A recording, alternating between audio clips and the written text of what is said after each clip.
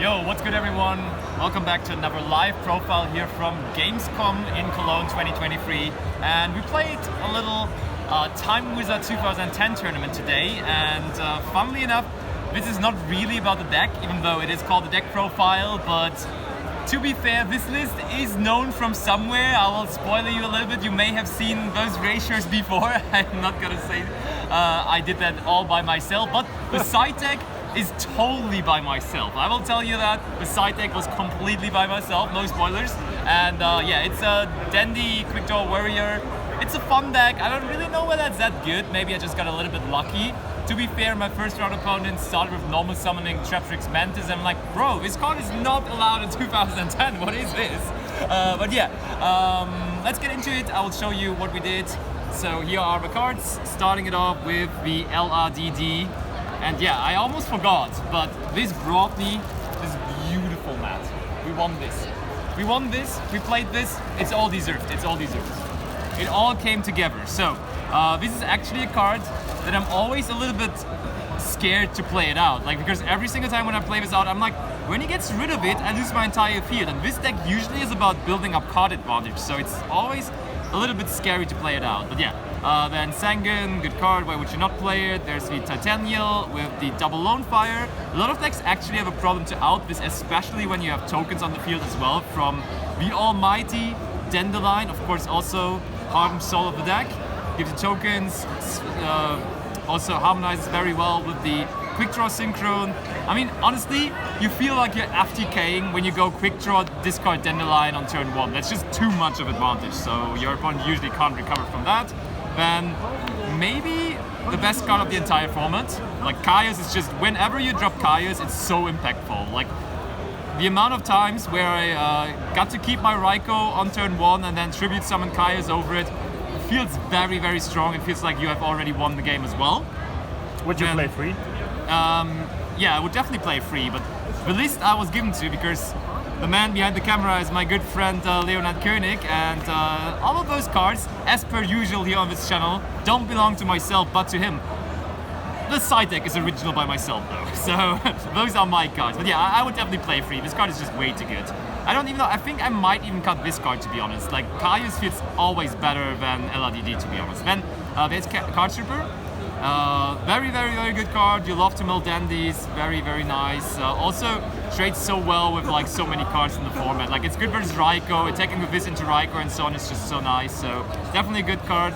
Knight Assailant. I may or may not have discarded this with Quickdraw a couple of times. Was nice. Ain't gonna lie. Then Raikou. Probably fighting with Kaios for the best card of the format, to be honest. Like, insane. Whenever your opponent starts with a monster set on their first turn, you never really want to set cards because it's very common in 2010 to just set monsters. But when your opponent started with a set monster, you don't want to do that because they might just flip Raikou and pop your Raikou, and then you're just so far behind already on the first turn. So like, this card is insane. Therefore, you also play this guy to bring out this guy. So definitely, I don't know, if you're building a deck for 2010, you probably want to include this package. Also, they are flip effect monsters, so synergizes with the Knight Ascent as well. That is, in the grind game, just one of the best cards you can play out. Instant reborn from the graveyard, instantly going into mostly a Synchro 6. I made Iron Chain Drake a lot with this, but also, of course, having the chance, I didn't do that myself a whole lot, but having the chance to also go into Black Rose Dragon to wipe the entire field, very, very, very scary. So, another very good card. Then, this card also insane, of course. Just recycle everything, draw 2. You get to go through your deck quite quickly as well because of Raikous, of course. Lone Fire filters through a couple of cards from your deck, so this card will be live pretty quickly. You can clunk on those a little bit though. If you play versus an aggressive deck like Vayu Turbo or something like that, Synchro Spam, whatever, and you open with too many of this and you have dead cards in your hand, it might hurt you quite hard.